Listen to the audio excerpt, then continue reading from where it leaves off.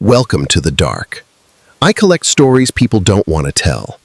Some are real. Some should have stayed hidden.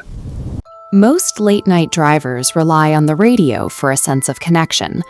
The familiar rhythm of music, the traffic updates, and weather reports provides a comforting wall of sound against the dark, empty highway. Station 109.7 exists outside that grid. It holds no broadcast license, operates without a transmitter, and has no registered owner. On any official map of the airwaves, the frequency is a total vacuum. Discovery only happens through a very narrow set of circumstances. You must be driving alone, deep in the night, during the 13-minute window between 3 and 3:13 a.m. Finding 109.7 is less of a technical accident and more of a personal invitation, a signal waiting for the precisely isolated listener. The station's history begins in 1972 with a traveling salesman driving through the desert after midnight.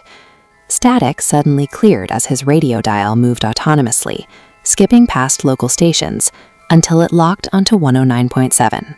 A calm, masculine voice began reading news headlines for the following morning. The broadcast described a freight train derailment outside Willow Creek with surgical precision. 8 hours later, the disaster occurred exactly as the voice had predicted, matching every detail reported on the phantom frequency. Researchers attempting to record these signals found only persistent static on their tapes. The only audio that survived was a whisper, buried deep in the noise, telling the listener they were listening too early. These broadcasts function as absolute, unavoidable guarantees of coming destruction, offering the listener a preview of events they have no power to change. Survival in the face of the signal eventually distilled into a set of rigid rules. The most critical directive: if the host acknowledges your presence or speaks your name, the radio must be turned off instantly.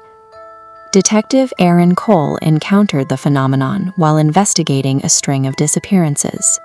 At every scene, he found an abandoned car with its radio still powered on and tuned to 109.7. Driven by his investigation, Cole intentionally drove the highway at 3 a.m., hoping to trigger the same event that had claimed the missing drivers. At 3:07 a.m., the dial snapped into place. Instead of news, his car filled with the sound of a cheerful mid-century theme song. By treating the frequency as a target, Cole had successfully transitioned from an investigator to a participant in the station's routine. The host's tone shifted. He set aside the general headlines and announced the final story for the night: the disappearance of Detective Aaron Cole. The radio voice began narrating Cole's immediate surroundings.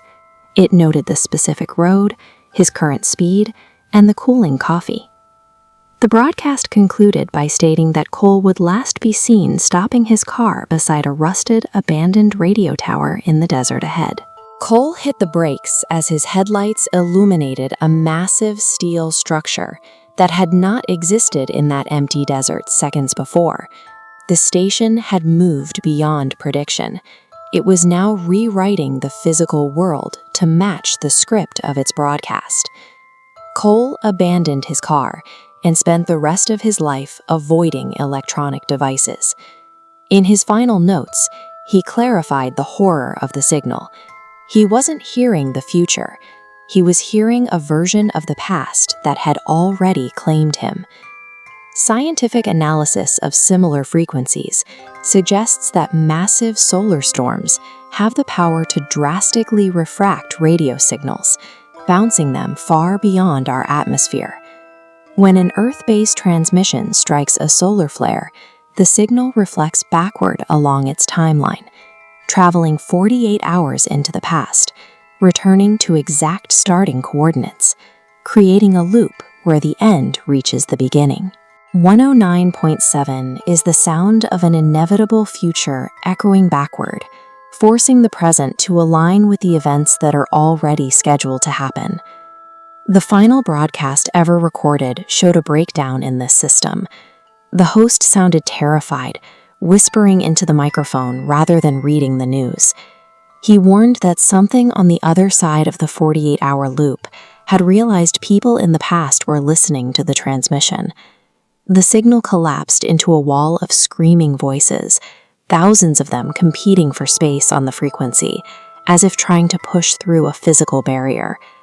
The static vanished, replaced by a voice whispering directly into the listener's ear, bypassing the speakers entirely.